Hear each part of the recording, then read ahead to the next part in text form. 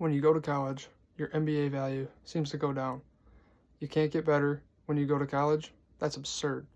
The longer you stay in college, the more you grow and become a better player. Each year, I've improved, and I want to continue to get better. Quote from Tim Duncan. How would you like to work a full-time job with plenty of overtime and receive no check at the end of the week? That is exactly how it is for collegiate athletes all over the United States who put in countless hours of work and get nothing in return, while the NCAA sits back and collects a check. Collegiate sports is an amazing thing to watch and support, and today I'm going to talk to you about one of the big problems surrounding college athletics, which is the athletes not getting compensated, provide solutions on getting them compensated, and explain the benefits that come with getting them compensated. I'd like to start today by getting into my first point, which is college athletes not getting paid. First off, student athletes' risk to reward for playing collegiate sports is very disproportional. These athletes are putting in hours and hours of work each day on top of schooling, so they have no time to get a part-time job like other college students do to help pay for things like rent, food, and books. They are working full-time jobs and getting next to nothing in return, but empty promises of making it to the sport's respective professional leagues. These athletes should be entitled to some compensation for the amount of money they bring the NCAA each year. In an independent Investopedia web article by Elise Bell titled "Should College Athletes Be Paid?"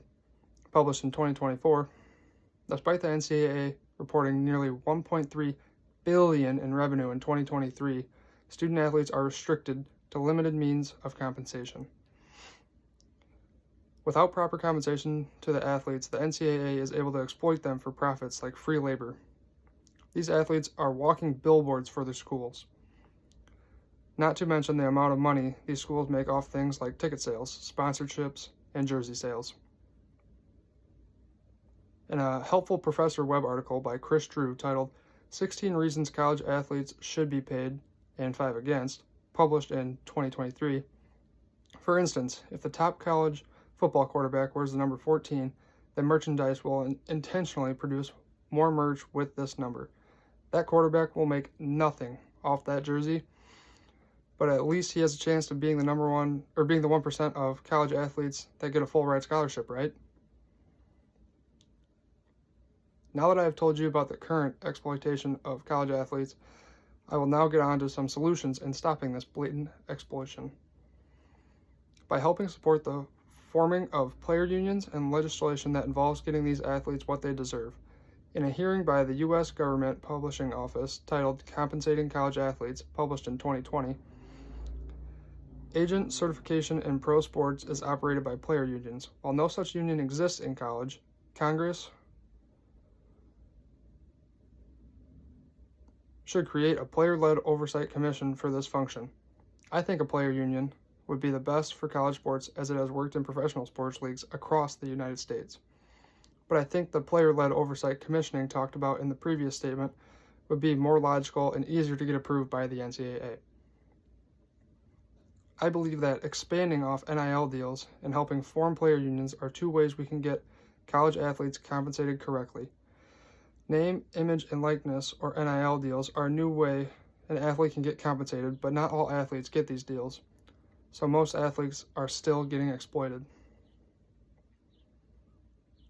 In a Best College web article by Mark J. Drozowski titled Should College Athletes Be Paid?, published in 2023, the opportunity cost of not working is considerable.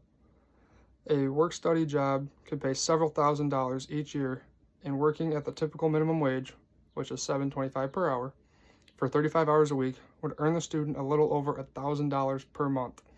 The NCAA has hundreds of thousands of free workers putting in almost a 40-hour work week on average for them, and does not have to pay them a nickel for their hard work.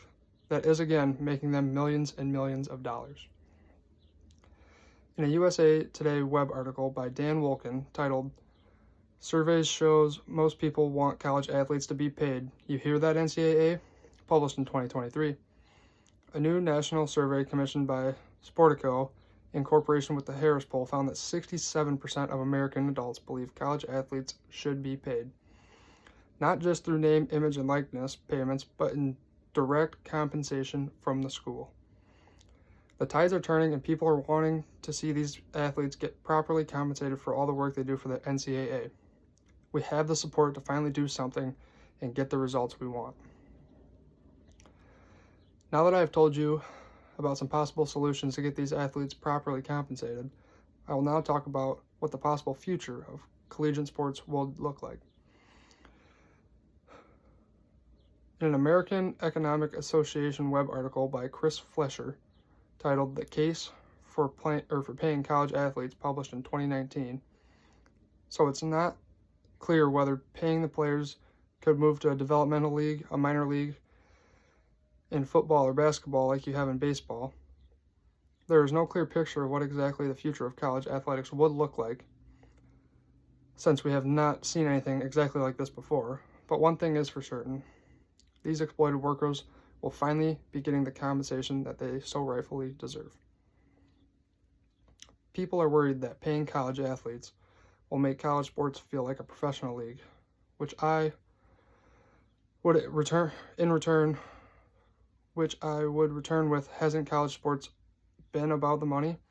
In a Forbes web article by Nicole Kraft titled "Why the Public Strongly Supports Paying College Athletes," published in 2023, do we ruin college sports when we pay tens of millions to schools for broadcasting rights, when March Madness makes $1 billion, when schools on the West Coast are aligning with Midwest and East Coast conferences to earn more compensation?